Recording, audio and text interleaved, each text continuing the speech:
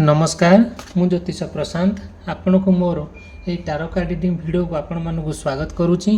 चलतु देखा आज टारो कार्ड रीडिंग वीडियो रे आपण पार्टनर आपण प्रति कौन लव करेन्ट फीलिंग्स अच्छे से नहीं कि कौन भावुंट आपण को तांको मन रे आपण प्रति कौन चली से कौन चाहूँगी आउ मु पूरा डिटेल और विस्तीर्ण भाव में कहबी ये वीडियो रे।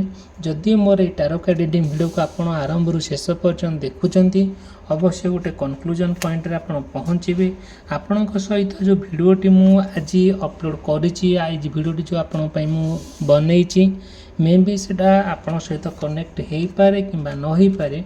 जदि भी सेमती किसी आपण सहित किसी प्रोब्लेम होउछि आपण पार्टनर को लेकिन आपण मते कांटेक्ट करि परिबे। मोर कांटेक्ट नंबर देइछि मु कंप्लीटली भाव में आपण को मोर पर्सनल रीडिंग माध्यम रे आपण रेमेडीज देबी हेल्प करिबी आ जहाँ जहाँ तार समाधान बाट हो पारे मु आपण को कहबी। ठीक अच्छी चलतु आम आज भिडियोटी आरंभ करवा। से प्रभु जगन्नाथंकर जहाँ कृपा अच्छी से ईश्वरंकर जहाँ आशीर्वाद अच्छी कार्ड रे जहाँ बाहरुची मु ताही कहबी किछि मनगड़ा कहानी नुहे। आउ टारो कार्ड रे बहुत आकुरेट जिनस मिलता है जातक अपेक्षा बहुत आकुरेट जिनस मिलता है। देख जदि आपणकर किंबा आपणक पार्टनरंकर मेष राशि वृष राशि मिथुन राशि कर्कट राशि सिंह राशि कन्या राशि तुला राशि मकर राशि कुंभ राशि एवं मीन राशि होता है बहुत गुड़े कथा आपण सहित कनेक्ट हो पारे मे भी न हो पारे। जदिओ भी एमती किसी प्रोब्लेम होउछि मते आपण कांटेक्ट करि परिबे। देखो मु स्पेशल जो कहली जो राशि मानकर सब मेष राशि हो वृष राशि हो मिथुन राशि हो कर्कट राशि हो किंबा सिंह राशि हो कन्या राशि हो तुला राशि हो ये जो राशि विशेष व्यक्ति मानकर कहली बहुत गुड़े कथा अच्छी मु आपनको आज वीडियो सब कहबी। आउ मे भी आपणकर जहाँ सब अच्छी आपणकर ग्रह नक्षत्र जहाँ खराब अच्छी किंबा आपणकर जहाँ जहाँ सब विघ्न माने कौन खराब होउची तार सब समाधान बाट कौन हो पार आप चाहूँगी आपण नहीं पारे। माँ कामाक्षांकर माँ सिंदूर नहीं पारे आउ किसी स्टोन मध्य अच्छे किसी ब्रेसलेट मध्य अच्छे आप नहीं पारे जोटा कि आपणकर ग्रह खराब अच्छी किंबा आपणकर कार्य सिद्धि होउनी किंबा आपण पार्टनर आपण सहित डिस्टर्बांस करूचंती आपण कंट्रोल भितर रहूना आ सब बेले थर्ड पार्टी सहित जाकि कौन माने रहउचंती आपण चाहिए भी आपण पार्टनर को आप निजर कर रखिपारे। देखो मुझे जो कार्ड सब देखी टारो कार्ड रे first card second card third card एम सब अन्य कार्ड सब देखी तादर जहाँ जहाँ बाहरुची सब मुझे कहबी आपण को आपण टिके आराम रे देखंतु आ बुझिया ट्राई करंतु। जदि भी किसी प्रोब्लेम होउची आउ मते आपण कांटेक्ट करि परिबे। देखंतु आपण पार्टनर ना आपण को लेकिन आज बहुत पॉजिटिवली आपण को भावुंट केमिति आपण सहित से रियूनियन हेबे केमिति आपण सहित से भल संपर्क रखिबे केमिति तांको मन रे जहाँ जहाँ सब अच्छी से आपण आज सब कथा कहिबे। आज तांको मनर संपूर्ण भाव में खोलिकी खुलम खुला कथा आपण सहित हे पारंती। आउ जदिओ भी किछि सेमती तांको मन रे जहाँ जहाँ बहुत गुड़े प्रश्न अच्छी से आपण को पचारि पारंती। आ धीरे धीरे बहुत गुड़े कथा अच्छी आपण को से कहला बेलू को आपण को टिके माने आग लगी लगे खराब लगी पारे बहुत गुड़े कथा जहाँ ब्लॉकेज है कि अच्छी जहाँ तांको मन रे अच्छी कि आपण को मन रे जहाँ सब कष्टदायक कथा अच्छी से आपण कहबे आपण तांको भी कहबे। आउ एमती कुहा बोला भितर भी किछि किछि समस्या आसी पहुँची जाए आउ सडनली किछि किछि मनोभाव आपणकर बदली जाय पारे आपण पार्टनरकर मन भी बदली जाय पारे। आउ किछि गुड़े कथा अच्छी से जहाँ चाहूँगी से भी किसी करें आपण भी जहाँ चाहूँ आपण भी से किसी करें धीरे धीरे आपण भितर गोटे गोटे कथा को लेकिन सब बेले कौन चली ना किसी सन्देह मन जात हुए जोटा कि माने सब बेले चाहूँगी कि से यही जो कथा कहीं आपण से कहते आपण कहीं कथा सहूँगी एमती कथा मन रे आपण कथा जतिपात ठीक ठाक पड़ेनी कि मूल उद्देश्य है केमिति आपण सहित रहिबा आपण सहित गोटे सुंदर भाव में गोटे समय अतिबाहित करने मन में बहुत पॉजिटिवली से भाभी आउ से जो कथा गुरा को आपण चाहूँगी कि आउ माने कौन जिते से कौन करने को चाहूँगी धीरे धीरे प्रत्येक कथा प्रत्येक ପ୍ରତ୍ୟେକ କଥାର ସେ ପ୍ରତି ଉତ୍ତର ରଖୁଛନ୍ତି ସତ, କିନ୍ତୁ ଆପଣଙ୍କୁ ବେଳେବେଳେ ସନ୍ଦେହ ଲାଗୁଛି କି ପାର୍ଟନର ସହିତ ଯଦିଓ ବି ମୁଁ କଣ୍ଟିନ୍ୟୁ କରିବି କି ହଁ ସାରା ଜୀବନରେ ଲୋକ ସହିତ ରହିବି, କିଛି ନା କିଛି ପ୍ରୋବ୍ଲେମ୍ ମୋର କ୍ରିଏଟ୍ ହେବ ସତ, କିନ୍ତୁ ମୋ ପାଇଁ ଉପଯୁକ୍ତ ମଣିଷ ବୋଲି ଆପଣ ନିଜକୁ ନିଜ ପୁରା ଭାବି ଦେଇଛନ୍ତି। ଆଉ ସେଇ ଭାବନା ଭିତରେ ଆପଣ ପୁରା ଘୁରି ବୁଲୁଛନ୍ତି। ଆପଣଙ୍କ ମନ, ଆପଣଙ୍କ ପ୍ରାଣ ସମ୍ପୂର୍ଣ୍ଣ ଭାବରେ କ'ଣ ହେଉଛି, କିଛି ଡିଷ୍ଟର୍ବାନ୍ସ କ୍ରିଏଟ୍ ହେଉଛି। ଆଉ ସବୁବେଳେ ନା ଦେଖିବେ କିଛି କଥାକୁ ନେଇକି ଆପଣ ସମ୍ପୂର୍ଣ୍ଣ ଭାବରେ ଗୋଟେ ଚିନ୍ତାମଗ୍ନ ଅଛନ୍ତି। ଆଉ ସବୁବେଳେ ଚାହାନ୍ତି କି ଭଗବାନ ଆପଣଙ୍କୁ ଗୋଟେ ସେକେଣ୍ଡ ଚାନ୍ସ ଦିଅନ୍ତୁ, ଯେଉଁଟାକି ଆପଣ ପାର୍ଟନର ସହିତ ସମ୍ପୂର୍ଣ୍ଣ ଭାବରେ ଆଉ ରହିବା ପାଇଁ, ସମ୍ପୂର୍ଣ୍ଣ ଭାବରେ ଗୋଟେ ସୁନ୍ଦର ଜୀବନଯାପନ ଅତିବାହିତ କରିବା ପାଇଁ, ରୋମାନ୍ସ କରିବା ପାଇଁ। ଏଇସବୁ ଦିନକୁ ଦିନ ସବୁ ମନ ଆପଣଙ୍କର ବହୁତ ଆଗ୍ରହ ଆସିଯାଉଛି। ଆଉ ଯେତେବେଳେ ପାର୍ଟନର ନା ମାନେ କ'ଣ କହିବି, ଯେତେବେଳେ ସେ ଚାହୁଁଛନ୍ତି କି ମାନେ ଆପଣଙ୍କ ସହିତ ଗୋଟିଏ କମ୍ପ୍ଲିଟଲି ଭାବରେ ଗୋଟେ ଏକତ୍ରିତ ହୋଇକି ରହିବା, ତାଙ୍କ ମନର କଥାକୁ ସେ ସବୁବେଳେ ଆପଣଙ୍କ ପାଖରେ ଉପସ୍ଥାପନା କରୁଛନ୍ତି। ଦିନେ ଏମିତି କିଛି କଥା ହୁଏ, ବହୁତ ଗୁଡ଼ିଏ କଥା ପାଷ୍ଟ କଥାଟାକୁ ମାନେ ଅତୀତ କଥାଟାକୁ ମନେ ପକାଇକି ସେ ଆପଣଙ୍କ ଠାରୁ ଦୂରେଇ ଯିବା ପାଇଁ ବେଳେବେଳେ ଭାବନ୍ତି। ଆଉ ଯଦିଓ ବି ସେ ସେମିତି ଭାବୁଛନ୍ତି, ସେମିତି ମାନେ ତାଙ୍କ ନିଜକୁ ନିଜ ଗୋଟେ ନେଗେଟିଭ୍ ଭାବନା ଆସିଯାଉଛି। ସେ ଭାବନା ଭିତରେ ସେ ଘୁରି ବୁଲୁଛନ୍ତି, ଯେଉଁଟାକି ଆପଣଙ୍କୁ କିଛି ଭଲ ଲାଗୁନାହିଁ। ଆପଣ ବହୁତ ଗୁଡ଼ିଏ କଥା ଅଛି ଦେଖିବେ ଆପଣଙ୍କର ମାନେ ପାର୍ଟନରକୁ ନେଇକି ଆପଣ ଯେତିକି କଥା ଭାବୁଛନ୍ତି ତା ଭାବନା ଭିତରେ ରହିଯାଉଛି। ବେଳେବେଳେ ଆପଣ ନା କିଛି କଥାକୁ ଆପଣ ବହୁତ ଚିନ୍ତା ମଧ୍ୟ କରୁଛନ୍ତି। ଧୀରେ ଆପଣ ଆଉ ଆପଣଙ୍କ ପାର୍ଟନରକୁ ନେଇକି ବହୁତ ଗୁଡ଼ିଏ କଥା ଆପଣଙ୍କ ମାଇଣ୍ଡରେ ଗୋଟେ କନଫ୍ଲିକ୍ଟ କ୍ରିଏଟ୍ ହୁଏ। ଆଉ ବେଳେବେଳେ ଟେନସନ୍ ହେଇଯାଆନ୍ତି, ବେଳେବେଳେ ଡିଷ୍ଟର୍ବାନ୍ସ ହେଇଯାଆନ୍ତି। ଆଉ ଏମିତି ବାଗରେ ହେଇଯାଏ କି ଆପଣଙ୍କ କଥା କାହିଁ ଠିକ୍ ଠାକ୍ ଲାଗେନି। ଆପଣଙ୍କ ପାର୍ଟନରକୁ ନେଇକି ଯେତିକି କଥା ଆପଣ ଭାବନ୍ତି ତା ମଧ୍ୟ ଠିକ୍ ଠାକ୍ ମାନେ ହେଇପାରେ ନାହିଁ ସମ୍ପୂର୍ଣ୍ଣ ଭାବରେ। ଆପଣ ସେ ଯେଉଁ କଥାଟା ନା ଭାରି ମାନେ କ'ଣ ଲାଗେ, ଖରାପ ଲାଗେ। ଦେଖନ୍ତୁ, ଯଦି ମୋ ଭିଡ଼ିଓ ଆପଣଙ୍କୁ ଭଲ ଲାଗୁଛି, ମୋ ଭିଡ଼ିଓକୁ ଲାଇକ୍ କରିବା ପାଇଁ, ଚ୍ୟାନେଲକୁ ସବସ୍କ୍ରାଇବ୍ କରିବା ପାଇଁ କେବେ ବି ଭୁଲିବେ ନାହିଁ। ଆଉ ଯାହା ମନରେ ଅଛି, ସନ୍ଦେହ ଅଛି କି ଆପଣ ପାର୍ଟନର ନେଇକି କ'ଣ ଆପଣ ଭାବୁଛନ୍ତି କି ଆପଣ ପାର୍ଟନର ଆପଣଙ୍କୁ କ'ଣ ନେଇକି ଭାବୁଛନ୍ତି, ଆପଣ ଚାହିଁଲେ ବି ମୋଠୁ ପଚାରି ବୁଝିପାରିବେ, କିଛି ପ୍ରୋବ୍ଲେମ୍ ନାହିଁ।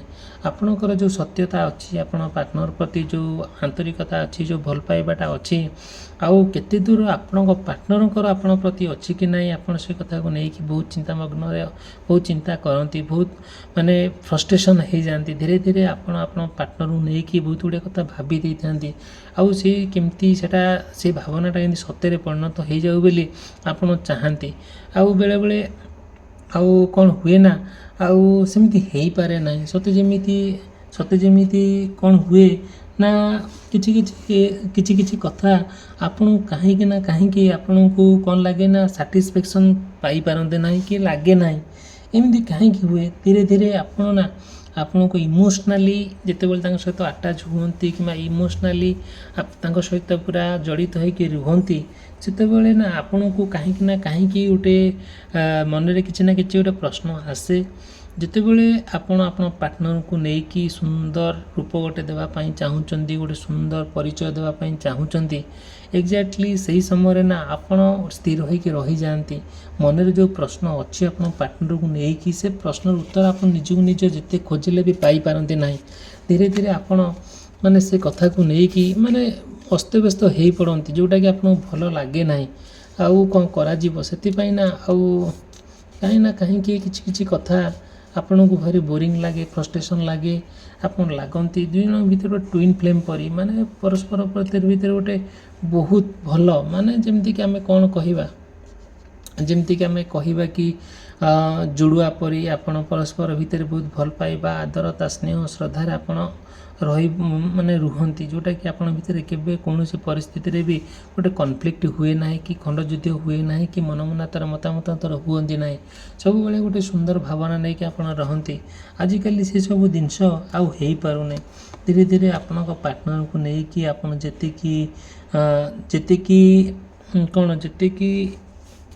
ପଜିଟିଭଲି ଚିନ୍ତା କରନ୍ତି ସେତିକି ହେଇପାରେ ନାହିଁ।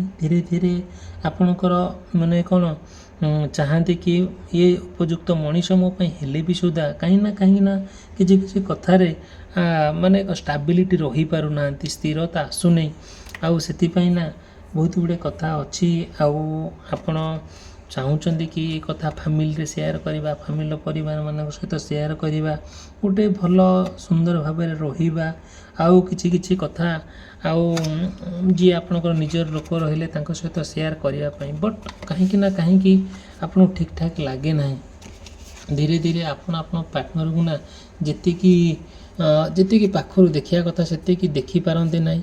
ଆଉ ସବୁବେଳେ ନା ଆପଣ ମାନେ ତାଙ୍କୁ ଅପେକ୍ଷା କରି ବସି ପଡ଼ନ୍ତି, ତାଙ୍କୁ ନା ସବୁବେଳେ ଅପେକ୍ଷା କରି ରୁହନ୍ତି।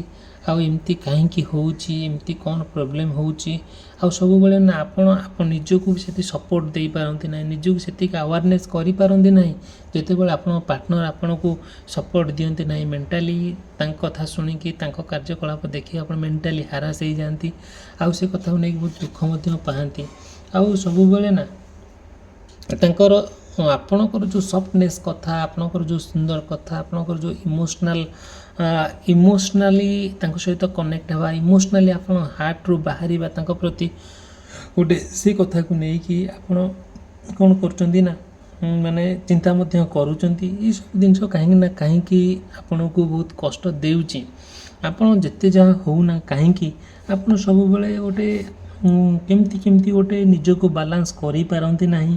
ଆଉ ସବୁବେଳେ ଡିପ୍ଲୋମାଟିକ୍ ଆଇଡ଼ିଆ ଆପଣ ଯେତେବେଳେ ଆପ୍ଲାଏ କରିବାକୁ ଚାହାନ୍ତି କି ଗୋଟେ କେମିତି ତାଙ୍କୁ ଡୋମିନେଟ୍ କରି ରଖିବା ପାର୍ଟନରକୁ, ସେସବୁ ଆପଣ କବ୍ଜା ଭିତରେ ରହିପାରନ୍ତି ନାହିଁ। ଧୀରେ ଧୀରେ ଆପଣ ପାର୍ଟନର ଆପଣଙ୍କଠାରୁ ଦୂରେଇ ଯିବା ପାଇଁ ସେ ବହୁତ ପ୍ଲାନ୍ କରନ୍ତି ସତ, କିନ୍ତୁ ଆପଣ ତାଙ୍କୁ ସେତିକି କରେଇ ଦିଅନ୍ତି ନାହିଁ ସବୁବେଳେ ନା। ଆଉ ଏତେ ତାଙ୍କ ମନରେ ଆପଣଙ୍କ ପ୍ରତି ବିଶ୍ୱାସ ଆପଣ ସୃଷ୍ଟି କରିଦିଅନ୍ତି, ଆଉ ସେଥିପାଇଁ ନା ଆଉ ଆପଣଙ୍କ ପାଖରେ ସେ ଚିରଋଣୀ ହେଇକି ରହିଥାନ୍ତି। ବହୁତ ଗୁଡ଼ିଏ କଥା ଅଛି, ଆପଣ ତାଙ୍କ କଥାକୁ ଶୁଣିଲା ମାତ୍ରେ ଆପଣଙ୍କ ମନରେ କିଛି ପ୍ରଶ୍ନ ଉଙ୍କି ମାରେ, ଯେଉଁଟାକି ଆପଣ ଭାବିପାରିବେ ନାହିଁ ଏମିତି କାହିଁକି ହେଇଯାଉଛି। ଆଉ ବହୁତ ଗୁଡ଼ିଏ କଥା ଆଉ ମାନେ ତାଙ୍କ ମନରେ ଥାଏ,